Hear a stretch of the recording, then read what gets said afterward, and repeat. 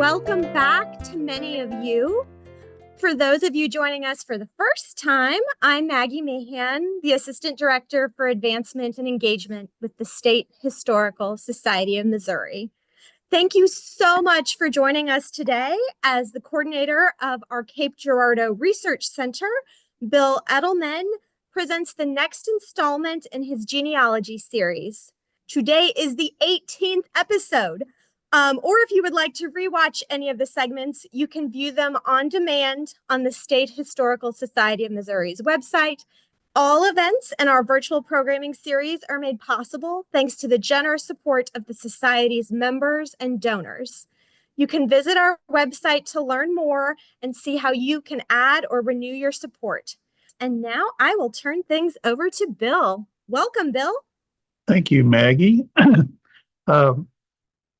Always before we've talked about different record groups and how to do to work in different record groups and also maybe more how-to presentations. This time what I'm going to do is moving a little bit more toward, okay, you've done your research, now put it all together. But my main goal here also is to demonstrate to you that you can put together the basics on somebody's life, an ancestor's life, perhaps, by going to traditional resources. But then there's other things that we've talked about that you're really going to want to consult in order to tell the story of the person as a person, to get into the meat of their life. And actually, the guy I'm going to talk about, my direct ancestor was his brother. My direct ancestor was William H. Eddleman, and this is Michael S. Eddleman. But I found so much on him, and he really had pretty much a more interesting life because my ancestor died before he turned 40. So we're going to talk about, first of all, traditional resources and a little bit about what I found out about Michael S. Eddleman from those, and then move on to going beyond that and some of the really interesting things I came up with in moving beyond that. So first of all, when we do genealogical research, usually we start with the traditional sources, the usual things. Most people start with census. And I hope one of the things you picked up if you viewed the census recording on this series is that there's more to it than just the name and the age and a few other pieces of information. You should get lots of other information from census. And then maybe vital records such as birth records, if you're lucky enough to find those. And one of the more common things I get about Missouri is, well, I need a birth certificate for this ancestor who was born in 1843. And sorry, they didn't start recording them regularly until 1910. So you have to work with things like that. And then there's death records. And of course, in Missouri, we're lucky enough to have death certificates 50 years old and older, at least back to 1910, that are available online. And you may, if you're lucky enough, find a marriage record, which gives us additional information on our ancestor. And wills and probate, maybe in documenting relationships. These are highly valued, and they're going to be one of the things that you get at early in the game when you're doing research.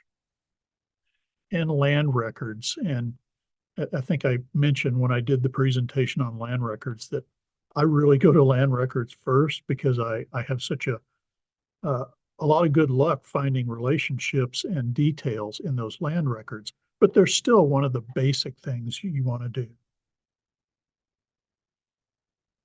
But then what have you got when you've got land records and these other things? You've got kind of a stick figure idea of your ancestors' lives.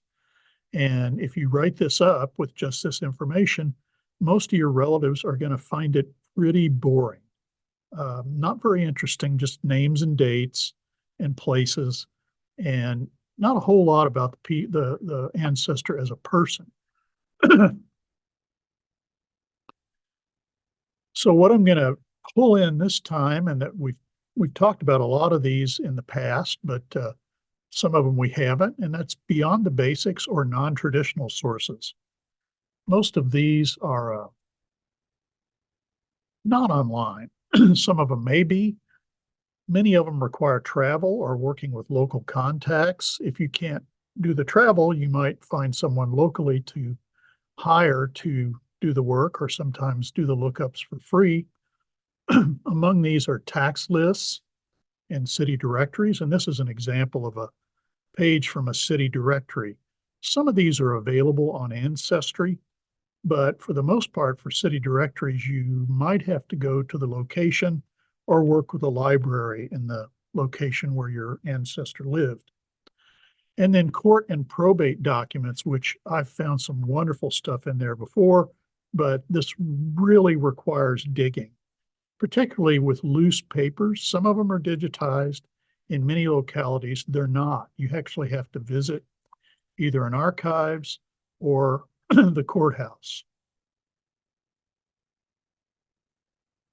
Other beyond the basics resources are local histories and background books. And you got to go to libraries to find some of these. However, some of the older ones are available in digital format online. And I haven't talked a lot about these, but some of the places you can go to find some of these non-traditional sources in the form of books, some of them are in Google Books. Now, admittedly, sometimes you'll find a book on Google Books and you'll think, wow, I really need this. And you find out that it's for sale via Google Books. It's not, it may be available in digital format elsewhere, and it may be available in digital format on Google Books, but a lot of them are for sale. Hattie Trust is another place you can find digitized old books. Part of the problem with this, with digital, is something has to be published at least 90 years before it's considered public domain and accessible. So you're really dealing, for the most part, with a lot older books. One of my favorite go-tos is Internet Archive. And of course, a few weeks ago, they had a hacking incident. I think for the most part, they've kind of cleaned that up now. And for a couple of weeks, I couldn't find anything on Internet Archive because they were blocking it until they straightened out that hack problem. But last couple of weeks, I've been able to find things again. Smithsonian has a few books online, as does the Library of Congress. Many university libraries oftentimes have digitized books as well. The example here is Houck's History of Missouri, and if you've got early Missouri ancestors, you're really going to want to consult this book. When I say background books, I also mean social history. So a lot of these you might have to purchase. Some may be digitized at various places. How did people live back in the time period you're interested in is what you're trying to get from these background books. And then we had a whole session on newspapers. And of course, there's a variety of ways to get at newspapers. The important thing to remember is no one source has all of them that are digitized. You have to go to multiple places to look for newspapers. You might find what you need on newspapers.com through the State Historical Society's website, but you might have to go to some of these other subscription and non-subscription sites to find the newspaper you're interested in, or you may have to go to microfilm. It may not be digitized yet. And then oral histories, which not many of us are going to find an ancestor in oral histories, but when you do, it's just an amazing experience. I had a friend that recently discovered that her grandmother had done an oral history that is deposited in the State Historical Society of Missouri's collection. And she was able to go to Columbia, found out that the recording was available for listening, and she said she just cried because she hadn't heard her grandmother in decades. And here was this recording. And of course, archival collections. We also had a session on manuscript collections. So National Archives and Records Administration has many of these, state archives, historical societies, local societies and archives. You're going to find in those collections manuscript collections, military records, sometimes photographs. Well, how do I know what to find in an archives? Well, I mentioned Archive Grid before. They have a search tool, and this is just the beginning of, I actually had 69 hits by just entering my own name. And actually the top one is, it's really good that that was the top one, because that's the materials I've deposited in State Historical Society collection on my family. The second one is another William R. Eddleman, whose middle name was different than mine, who was active in the Sons of the American Revolution. So, and then it goes down from there. But you can find these a lot of times on Archive Grid if the archive is a participating archive. So let's get to Michael S. Eddleman. Briefly, who was he? Well, he was a son of Henry and Polly Hager Eddleman. So was my ancestor, William H. He was older than Michael S. by a few years. Michael was either born the 22nd of February, 1822 or 1823. I haven't really got a preponderance of evidence for one year or the other. It kind of could be one, could be the other. He died definitely on the 20th of November, 1866, but it was some years before I actually found that out. So initially, I didn't know that. His wife was also a Polly. Polly is a nickname for Mary. Her surname was Conrad, and they married the 1st of March, 1849 in Sincombs Township in Perry County, Missouri. Now, I include this photo of a guy from the 5th Missouri State Militia Cavalry who probably knew Michael S. Eddleman, because he was also in the 5th, but I don't have a picture of Michael S. Eddleman, unfortunately. My ancestor and Michael S. and several other Eddlemans are descendants of Johannes Eddleman, who was came over with his parents from Hessen, Germany in 1755. And it took me a while to work all this out, believe me, including if you notice the one Joseph F. Eddleman, he was born out of wedlock, and it took me a while to document that. I actually found a bastardy bond. It doesn't mention his name, but the dates match too closely to it not be Joseph F. So he was born out of wedlock to a sister of Henry Eddleman, daughter of Johannes. And then another one who got to Missouri was David, who had a son, William M. But Michael fits in under Henry. So let's start looking at, I'm just going to talk about if I had just used basic traditional records in genealogy, what would I know about Michael S. Eddleman? And this is pretty much reality for me up to about 1995. I still continue to collect information about him, but I really had kind of the skeleton by 1995. So on the census, Henry Eddleman had 2 males aged 5 to 9 in the 1830 census in Cape Girardeau County, Missouri. And Michael was one of those. William H. was the other, I'm sure. Then in 1840, he was one of 2 males aged 15 to 19, again in the household of Henry Eddleman. Of course, 1850 is the first census where all individuals are enumerated by name. And by that point, he had married and was age 28. His wife, Mary or Polly, was age 21. They had an infant, Sarah, and they had a boarder living with them, Walter Goodrich, who was a school teacher. And actually, I found this in a couple of censuses. Michael would board school teachers who taught at the local school. By the 1860 census, St. Mary's Township, he's age 38, a merchant, with Polly, his wife, age 31, and Sarah was now 10. He also had sons Christopher, William, Henry, and Edwin. And in terms of census, that's it. He's on no other census beyond that. So at that point, I didn't know what happened to him. Of course, back in those days, the internet was really just getting started for genealogy, and I would have had to go to a library to look for census information or microfilm.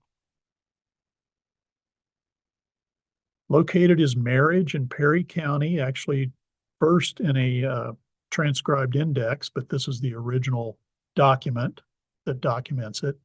And they were actually married by William Conrad, who was a brother of Polly's, an older brother, in Sincombs Township, again in Perry County.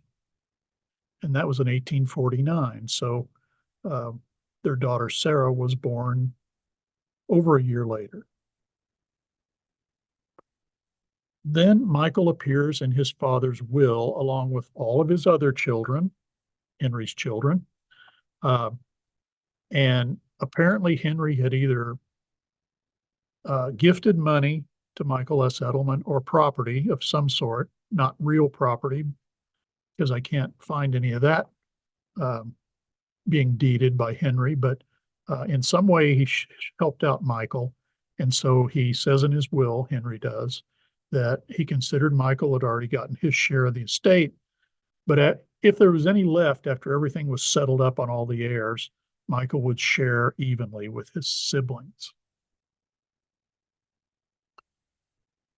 It was also relatively easy to find land transactions, although you did have to get to microfilm of deed books back then. I think right about between 2000 and 2010, the General Land Office website came up, and so I was able to find more land transactions.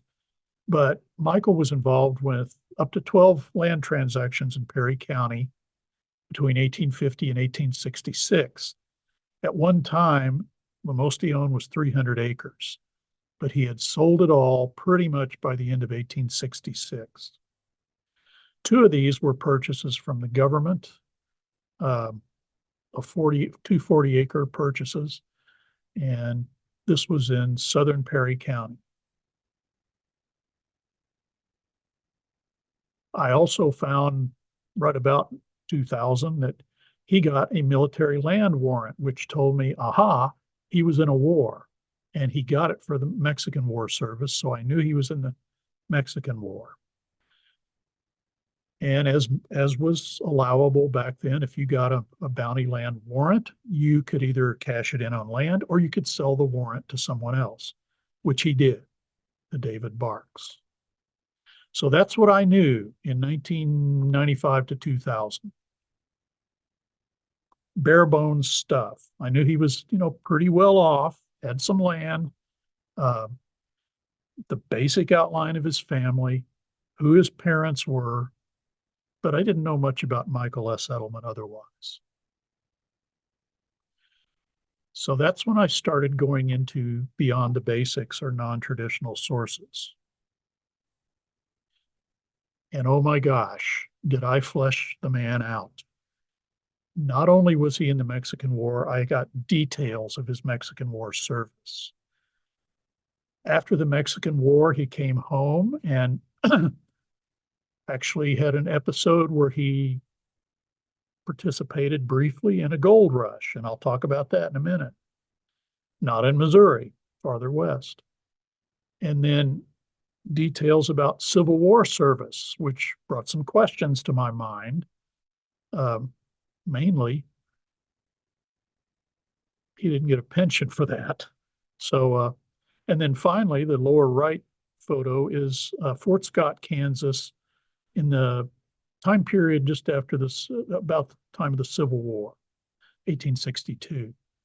And that's, as it turns out, where he ended up dying. So what set this off was another correspondent. And back in those days, in the 90s and before, when you did genealogy, you had extensive collection of correspondence, and it was all written correspondence. And you exchanged information and would ask people, how do you know this? And all of that sort of thing. And it was a very slow process. And you look at your mailbox with great anticipation if you were working on a family pretty thoroughly. And what somebody sent me was a Xerox copy of this from the History of the State of California and Biographical Record of the San Joaquin Valley. Whoa, this is California. It's not Missouri. So what do I see here? There is a biography. Really, it's about his son, Charles F. Eddleman, but there's some genealogical information in there. And as it turns out, about half of it's wrong. So it says Michael Sides Eddleman, father of Charles F., was born in North Carolina, March 22nd, 1822. Turns out it was February. Part of the problem here is that when Michael died, Charles was not that old. So he was told most of this stuff. He didn't actually experience it. And grew to manhood in Missouri. During the Mexican War, he served 19 months, and it gives his regiment and company, which was valuable information. He returned to Missouri and went into the mercantile business in Pleasant Valley, Perry County, and says the ensuing years passed uneventfully, and I know that's not right. There were some pretty good events. At the opening of the Civil War, it talks about his basic service in the Civil War, and there's some errors there. As it turns out, he was in the cavalry, Missouri State Militia Cavalry, not infantry. But then it talks about his death. And so I had, oh, wow, they moved to Kansas and he died there. And he was a staunch member of the Methodist Church, and that is indeed true. So that also led me, because I had some information about Civil War service, to this multi-volume work. And if you've got ancestors in here, this is a really valuable thing. It's also really valuable if you don't have ancestors in here, but they served in the Civil War and you know what unit, because you can find that information about where the units were. It's the official records of the War of the Rebellion, multi-volume. Most larger libraries have it because it's used by historians as well as genealogists. And it's all the collected information about the land war from both Confederate and Union sources. So firsthand reports, orders, maps, diagrams, correspondence, all the official records of both armies. I also started going to the library, and for background information on local history, as it turns out, he operated a mill, so information about mills, Mexican War, and Civil War. And I point out to you here, a lot of people that look at, if you're my generation and you wrote a report for school and you copied it out of the encyclopedia, that was like heresy. Do your own work, do your own researching. Don't copy it out of the encyclopedia. Well, many people in my generation view Wikipedia as like that's the encyclopedia. However, Wikipedia has one major thing that encyclopedias oftentimes did not have, and that's a list of references. And if there's poor references, they point it out. This needs better sourcing.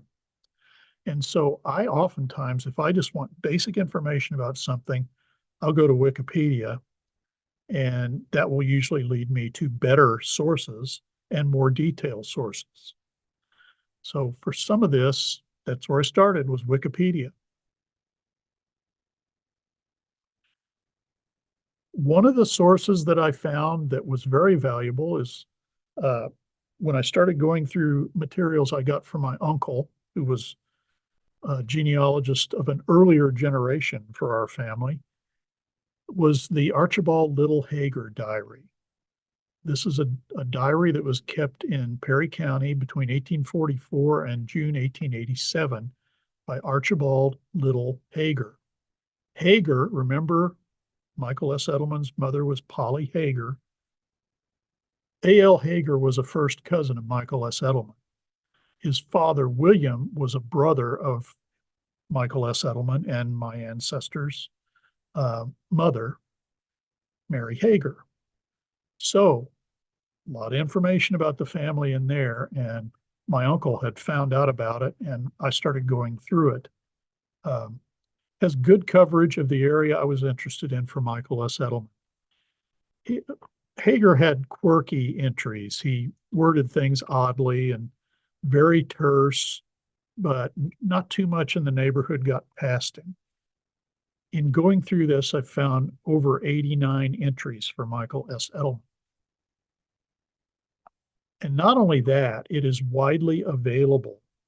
I don't know where the original is. What happened with the original, when Hager died, he never married. He had nieces and nephews, three of his nephews wanted the diary. And so rather than keep it together and one nephew agree, or the two of the nephews agree that the other one would have it, they split it into three pieces, and each nephew got a third. Well, eventually one of the nephew's sons talked them into putting it back together, and he ended up inheriting it. And he allowed the State Historical Society to photocopy it at some point in the past. And so there's a photocopy in our collections. The Perry County Historical Society also has a photocopy and a typed transcription. Fortunately, it's not a digitally typed transcription. My uncle had also paid the owner for a photocopy, so I have a photocopy. Unfortunately, my photocopy sometimes has entries cut off the bottom because the copyist wasn't paying close attention. Other archives that have quite a bit on Michael S. Eddleman, the National Archives. They have compiled military service records. These are accessible for Missouri units on Full 3 as digital versions. There's also widow's pension and bounty land application files. Some of the widow's pensions are available on Full 3. Bounty land application files you have to get from the National Archives. Either go there and do it yourself or hire someone to look it up, copy it, and get it to you for a fee. I also looked in newspapers, and in the Perryville Weekly Union, there's several items about Eddleman, and also his obituary was in the St. Louis Christian Advocate, which is a Methodist newspaper. So let's look at what I found and the fleshed out life of Michael S. Eddleman. First of all, the first mention in the Hager Diary is in 1845, and July. On the 24th, I cut out Michael Eddleman's gun and William Eddleman's gun too. And of course, that's transcribed exactly as it's printed, or it was written by Hager. And I think what Hager did was he made gun stocks, because I don't think he actually made the gun. He was very good with woodworking, obvious from some of the other entries in the diary. But he did this for the brothers Michael and William, William being my ancestor. And then one of the next entries involves the Mexican War.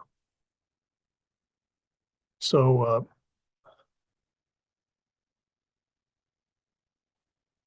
trying to move that. Okay, I can't read the top of the slide because the ribbon's in the way. But it was the date that Michael Eddleman started to, as Hager writes it, Santa Fe, which is his Mexican War service. Well, in order to get Mexican War pensions, or any pension, you had to have people document service.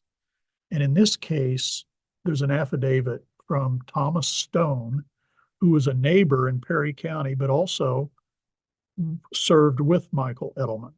So he says, because I was with him and that should be messmate on the whole route, we were mustered in at Jefferson Barracks, St. Louis, thence by land to Leavenworth, Kansas, thence to Santa Fe, New Mexico, thence to El Paso, 450 miles south of Santa Fe, where we wintered from 1847 to 1848, thence to Chihuahua, thence to should be Cruz, where we fought a battle on the 15th of March, 1848.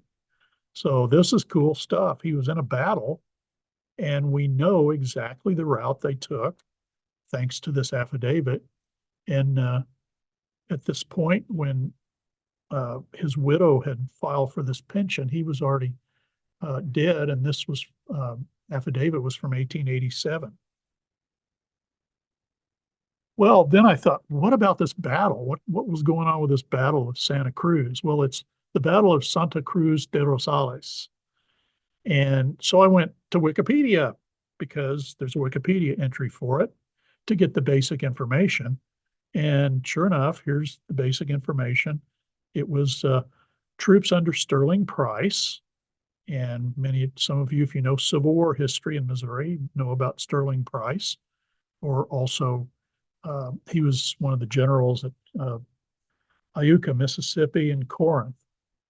Despite receiving orders to stay in El Paso unless an invasion force appeared in Mexico, Price went ahead and advanced against orders with 200 men to attack entrenched forces at Santa Cruz de Rosales. And these were commanded by Governor Angel Trias. The town fell in less than 2 hours. Predominantly because I think the Americans had at least one piece of artillery. Unfortunately, this battle was unnecessary. The Treaty of Guadalupe Hidalgo had been signed and had been ratified by Congress even 6 days before this battle, which is kind of amazing. It was even ratified by Congress. And Price knew that. He knew the treaty was signed, yet he attacked anyway. Apparently, his commanding officer or general was livid and ordered him to withdraw, return any property captured, and return to El Paso.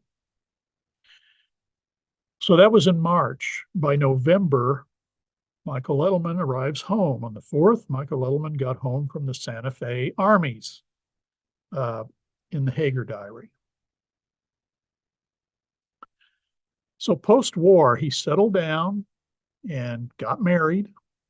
All this happened in the Mexican War before his marriage. And so he got married within a year. And the entry is almost invariably diarists who were out in the sticks would, if they wrote down Conrad, it looks to us like Coonrod. So that's how Hager spelled it.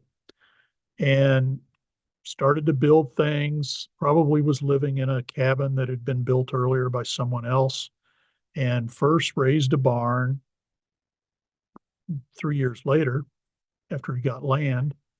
And then a little bit later started working on a house. And Hager was a carpenter and helped a lot of people build their houses. So he was helping his cousin build his house. And then Michael Eddleman entered his land. The deal was a lot of people lived on land well before they actually went to the land office and entered it and bought it. So this is not unusual.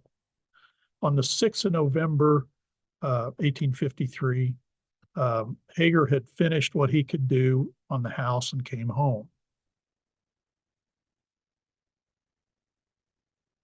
Then also in November 1853, this becomes important here in a minute, Michael Eddleman started to St. Louis, and then 4 days later, he got back from St. Louis. Of course, you were traveling on the river, you'd go to a landing, and he was approximately, probably the location is a bit south of Bealey, Missouri, and you'd go to the landing on the river to travel to St. Louis and then come back. And on the 28th, Hager went over to work a second time. I suspect this time he was helping build a housing for a storefront, because that's why Eddleman went to St. Louis. He got materials to stock a store. So this is him getting into the mercantile business. And he raised his porch, and it's not clear whether it's the porch at the house or the porch at the store, or if the store was part of the house. not sure. Then he had entered into partnership with his brother-in-law, Rudolph Conrad, and both of them started to St. Louis. This is almost 2 years later, or 2 years later. And their goal was to get a boiler and engines for a steam mill. This was quite a deal. This may have been the first steam mill to be built in the area. Then they got the boiler home, and you notice 4th of March to the 12th of April. Took a while to make the arrangements and get the boiler down here. It was no lightweight thing. And then on the 11th, they got them from the river to the location where the mill was going to be, which is approximately where the place name called Millheim is today. In August 1856, the mill was set up and was available for sawmill work. These steam mills could be used either for saw or grist mills, but at first it looks as though he was using it as a sawmill. And then he raised the mill house over the engine and boiler. Then in April 1856, Then in August 1856, he went to St. Louis to get millstone. So his intent was to expand to meal grinding as well as sawmilling. The store and mill were at Millheim, which literally means mill home. This is a store from the 1890s, which is roughly near Conrad's mill, which is the mill that Conrad and Eddleman built. By the time it really got known locally, it was solely owned by Conrad. The next year, 1857, Michael sold his interest in the mill to Rudolph and Columbus Conrad, so it became Conrad's mill. But apparently he, by this time, had acquired a thrashing machine. A thrashing machine is used to separate usually wheat from chaff or sometimes other grains from chaff. And someone would buy one in a neighborhood and everybody would come for a small fee, $1 a day, in this case, and have their wheat thrashed. Why did he sell the mill? He also sold out the store in 1858. And then in 1859, for whatever reason, he and some other guys from Perry County headed to Pikes Peak. Well, I saw this and I thought, now, why would they do that? And so I started doing a little online research, and lo and behold, gold rush. There was gold discovered Pikes Peak, and the usual situation was a few people got out there early and managed to stake claims in the best area and found some gold. And then something upwards of 100,000 people ended up going out there. Most of them went out there, saw that it wasn't going to work, turned around and came home. And that's exactly what Michael Eddleman did. He and his party went to Pikes Peak, probably saw that there wasn't going to be any gold for them, and then headed back home. So here he was. He'd sold everything out to fund this trip out to Pikes Peak and came back with no gold. But apparently he had enough capital to reopen a store. So he opened a store at Conrad's Mill by 1860. But something else was going on by this time period. The 1860 election later in the year precipitated secession in many states and the outbreak of the Civil War. By October 1861, there was a company of militia raised locally, and Michael Eddleman was elected captain. About the same time, some bushwhackers robbed local stores, including Eddleman's store. By the way, this robbed Moritz Bailey's. That is Moritz Beeley, and that's the community of Beeley, which still exists today, was named for Moritz Beeley. And then he was elected colonel later, and there wasn't much to do in Perry County. Why they were raising these home guard units early in the war was to defend Cape Girardeau. And this group became known as Fremont's Rangers, or Fremont Rangers, after the commanding general. 4 companies, mainly from Bullinger, Scott, Perry, and Cape Girardeau counties, headed to Cape for defense. At this time, there were no forts. The forts were being built, were not yet totally completed, but they needed people to defend the town against secessionists. They served without pay in this case. And at this time, too, before regular troops got to the area in numbers, the home guards, the Fremont Rangers, did most of the scouting, which is seeing if there were secessionists in the area. If so, how much of a threat were they? Capturing some of them, maybe having skirmishes upon occasion. And Michael Eddleman was in the thick of it. His unit was Company E, which actually became known as Captain Eddleman's Company, and they were discharged in October 1861. At that time, he joined the 6-month Missouri State Militia in the 4th Regiment in October. So they were marched out by March. They were marched to Ironton to be sworn in, according to Hager Diary. At that point, the Missouri State Militia had been better organized into the Missouri State Militia Cavalry. It's an interesting unit. It's a kind of a quasi-state unit which served in Missouri, but it was a federalized unit, so you were eligible for federal pensions later if you served in these MSM cavalry units. And he was in Captain Wybark's company at that point.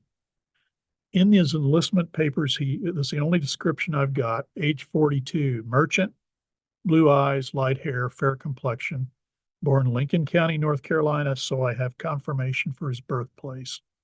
5'10", so he's taller than the average person. I think at that time, the average person was 5'8". Mustered in and elected first lieutenant. Initially, the 12th was stationed in Fredericktown, Company F.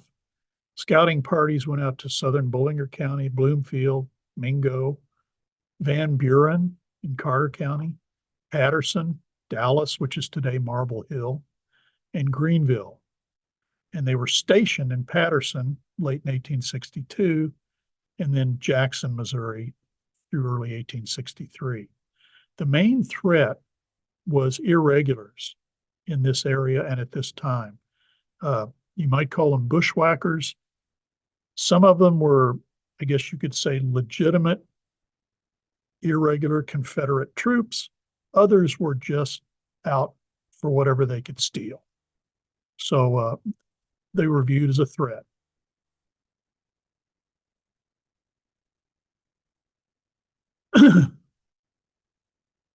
The cost for the Missouri State Militia cavalry units was borne by the federal government, but the state controlled them. And the whole thing was formed with an agreement that Governor Gamble had with Abraham Lincoln, and that was then followed up with an act of Congress. Missouri was so unique in some of the different Civil War units. This is one of them. No other state had this sort of arrangement, and it's just because of the negotiation between the governor and President Lincoln. They were only used outside the state in emergencies, and then pretty sparingly, just like chasing into another state, coming back. 13,000 men signed up in 14 regiments initially, and Congress had to cap it at 10,000 because it was going to cost too much. All through the war, pretty much into late 1864, this was the main anti-guerrilla force and the first line of defense were these MSM cavalry units. And again, eligible for federal pension. Well, what about the 12th, the one that Michael S. Eddleman was in? It was the only MSM cavalry regiment formed in southeast Missouri with 8 companies. E and F included Perry County men, and it existed from March to February 1862, 1863. At that point, it was actually broken up, and part of it went to the 3rd MSM, and part of it went to the 5th MSM, including Michael S. Eddleman. The 5th was stationed at Rolla. You got to remember what it was like if you got south of Rolla at that time, and if you got south of Cape Girardeau. If you were a Unionist, you had the possibility of having your home burned, your crops burned.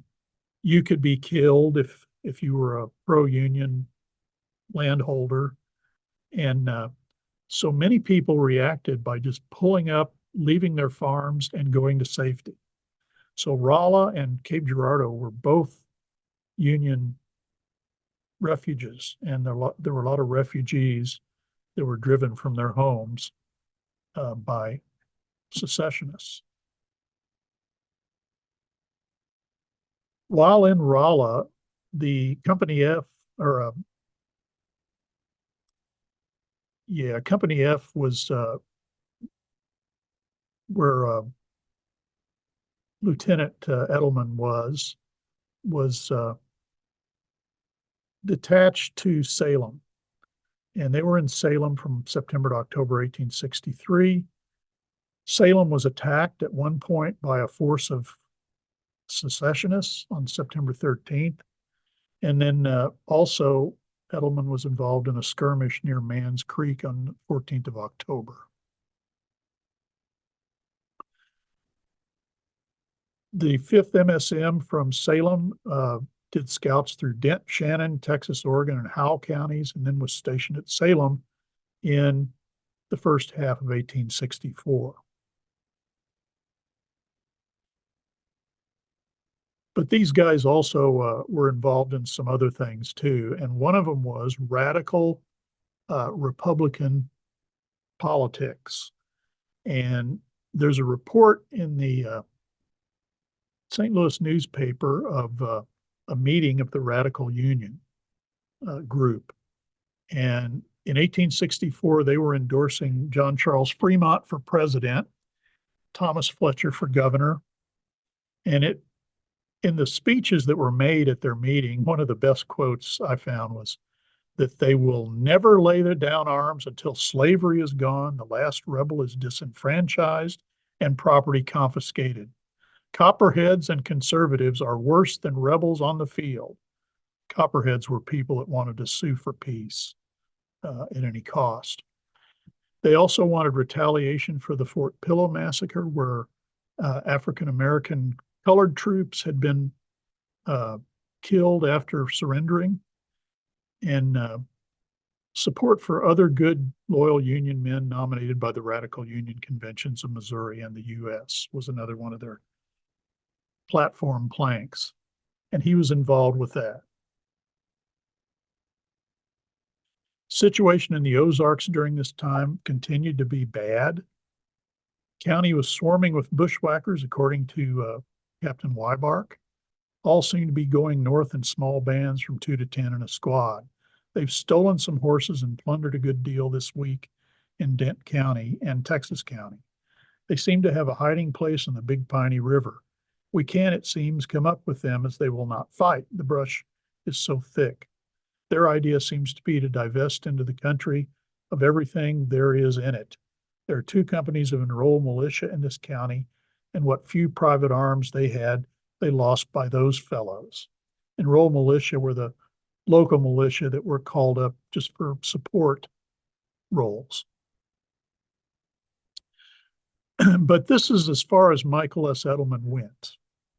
I've heard some rumors that Captain Wybark was not the easiest commander to get along with, but for whatever reason, he fell afoul of regulations and apparently was court-martialed and then dismissed for continued disobedience of the lawful and proper orders of his commanding officer, gross neglect of duty to the prejudice of the interests of the service, and continued gambling and association with the enlisted men under his command.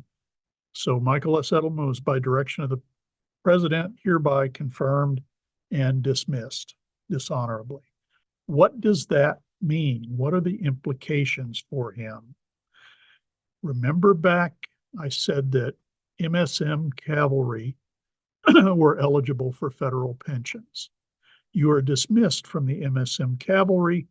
You have no other effective service in the Army or any other branch of the service. So what does that mean? It means you're not eligible for a federal pension for Civil War service.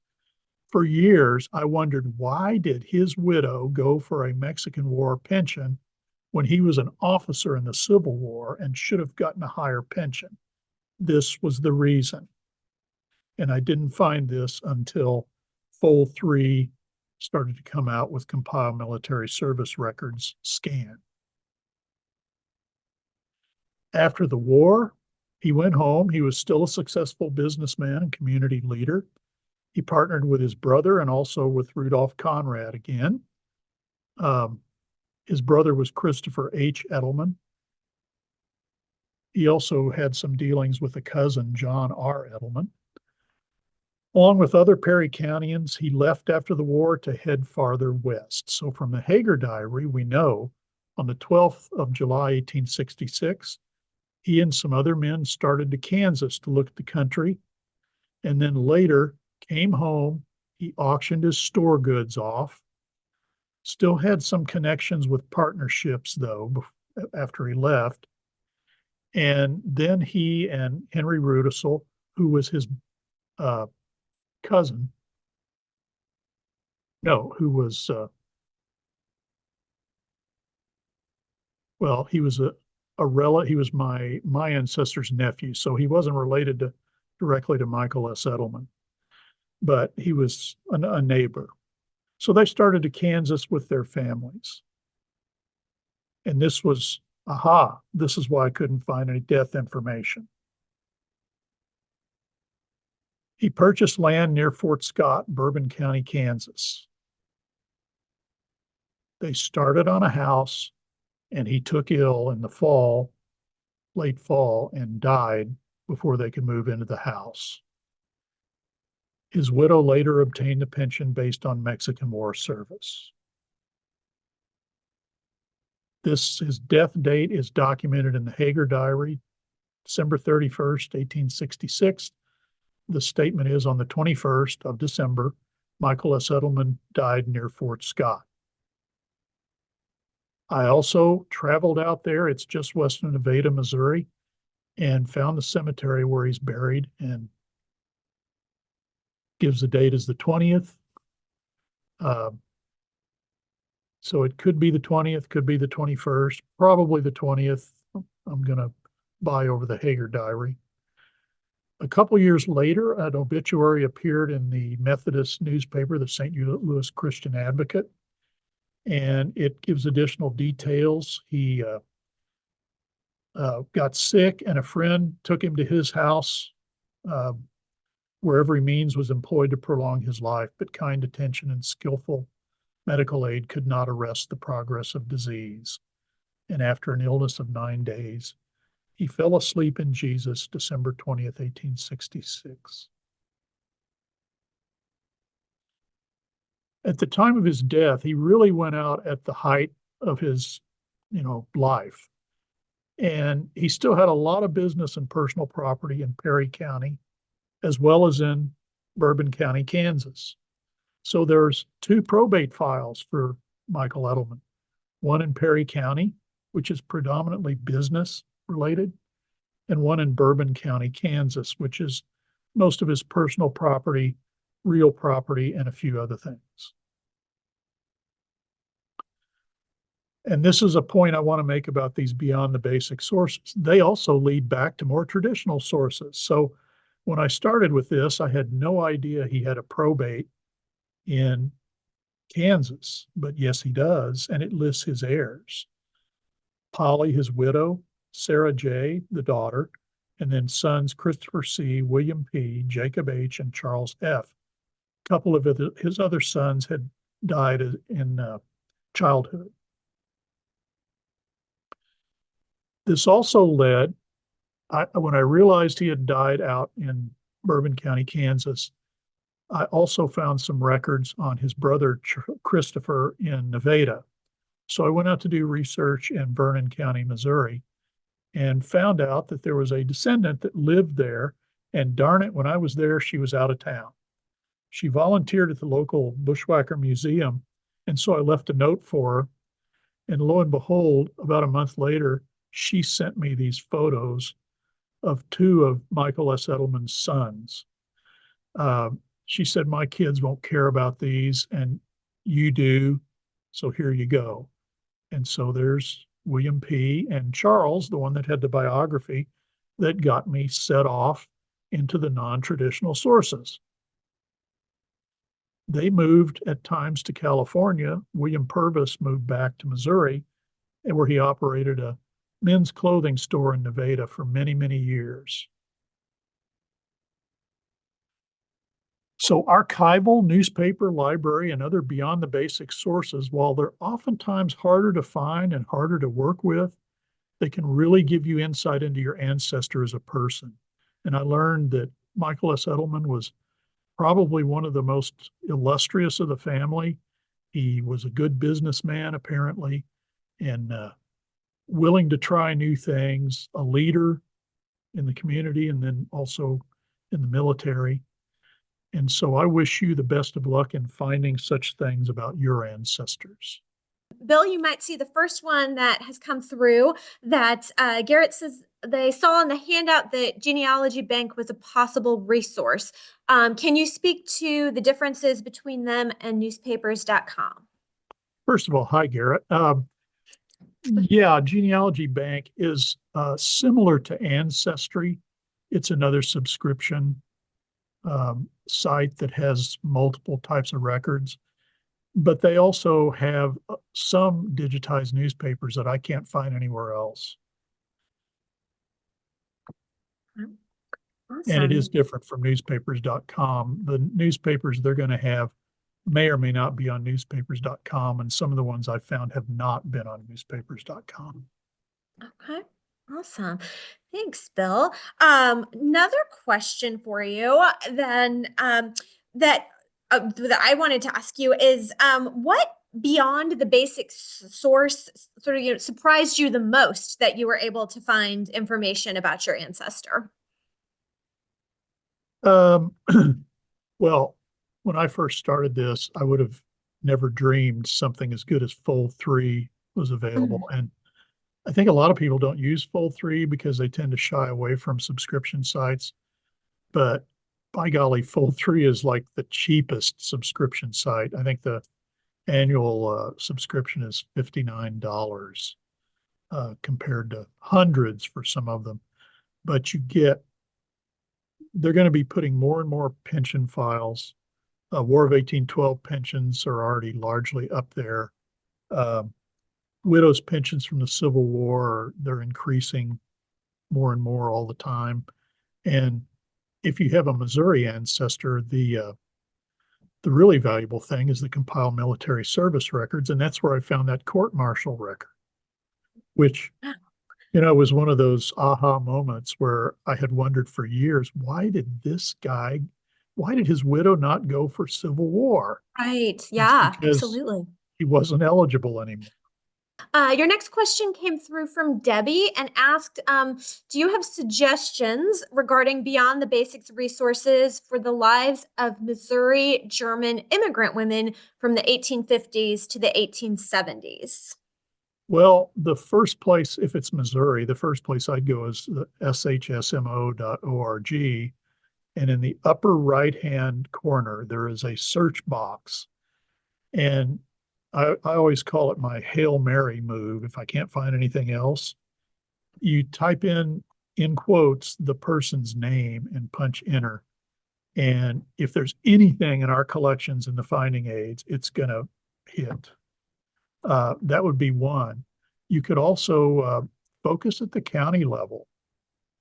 A lot of times you'll find that there's letters and family documents at the county level that might be valuable. I would also, if the woman was married, research her husband in great detail. Go to church records, and you might find information in particularly Catholic. If a child was baptized later, it would usually identify the parents and sometimes their parents. Or if there was a marriage record, it might identify that person's parents. There's probably some social history books out there that talk about it. You know, I just got through reading a book on Germans in Missouri during the Civil War era, but of course it focuses mostly on men. Mm-hmm. Let's see, looks like your next question is about information about accessing special newspapers from Missouri.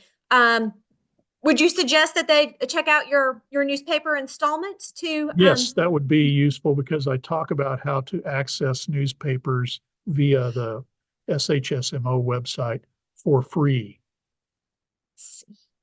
Somebody asked about the source for the Pikes Peak information. That was just a quickie, so it was Wikipedia. But there is a book about the settling of Denver that might provide some valuable information about the gold rush, and the title escapes me right at the moment. Came out about 15 years ago, and it was about settling Denver. So it looks like the next question from Donald asks about collecting information. I would probably encourage them to go to your writing your family history episode. Yes. The only thing that I have that's longer is I have a half-day workshop on that, but it's not been recorded. Awesome. Yeah, so I believe, let me just double check here. I think it is part 12. Yes, part 12 of the series is how to write your family history. So that would be a great resource to check out sort of the ways of combining all of this into a story. Or, of course, as Bill says, he does a larger in-depth workshop as well. Do you think Michael volunteered for the Mexican War because he was a merchant and interested in trading for goods? When I first saw Santa Fe in the Hager diary, I thought that's why he went. Well, then I looked at the dates and it matched up with the military service. As far as I can tell, he mostly stocked his store from St. Louis. And he was not even married yet when he served. So I'm guessing it was the old story of I'm single and I want to get out and see some of the world, and sounds like a good way to be involved in an adventure. So that's, without knowing anything beyond that, that's my best guess. You can find Confederate compiled military service records for Missouri or any other state on Fold 3. However, any records beyond that are going to be at the state level because it was state service. And there are no federal pensions because they were in rebellion against the government. States provided pensions. I know in Missouri, you can find state pension information. You can also find, if they went into the Confederate soldiers' home, you can find that. I have a great uncle that ended up going to the Confederate soldiers' home in Higginsville. So you got to do a lot more work at the state level if you're going to research Confederates. As you can see, Bill, you have a question here from Sandra about recommendations for where to look for slave sales and referencing Chariton, Lynn, and surrounding counties. Two places you could look: the deed records and you'll occasionally find slave sales in there, or if not slave sales, you'll find slaves being mortgaged or put up as collateral for some other, or maybe being distributed to heirs. So the deed books are a good place. The other place I would look is court records, because people were oftentimes, I just solved somebody's longstanding mystery because there was a lawsuit over a slave that went to the state Supreme Court. And so that's a good place to look, as court records. And then also, if there were local newspapers that have survived, look in the advertisements, because people advertise slave sales. Do you know what your next topic bite might be, so people can stay tuned for the next installment? Well, it's not genealogy, but I'm going to be giving a History on Elm Street presentation next week live on the Civil War forts of Cape Girardeau, of which there were 4, and also details about Cape Girardeau during the Civil War. And that will probably also be recorded in February. I'll present it via Zoom and we'll record it just like one of these. It's not genealogy, but it's Civil War history. Beyond That's that, exciting. as always, I'm open to suggestions for topics for genealogy, because we've worked through a lot of the basic records. And if there's anything like procedural or maybe records that I haven't talked about or any of that, just drop me an email. Thank you so much to our members and donors who make this programming possible. And Bill, thank you so much for another wonderful installment. Thank you, and thanks everyone for attending.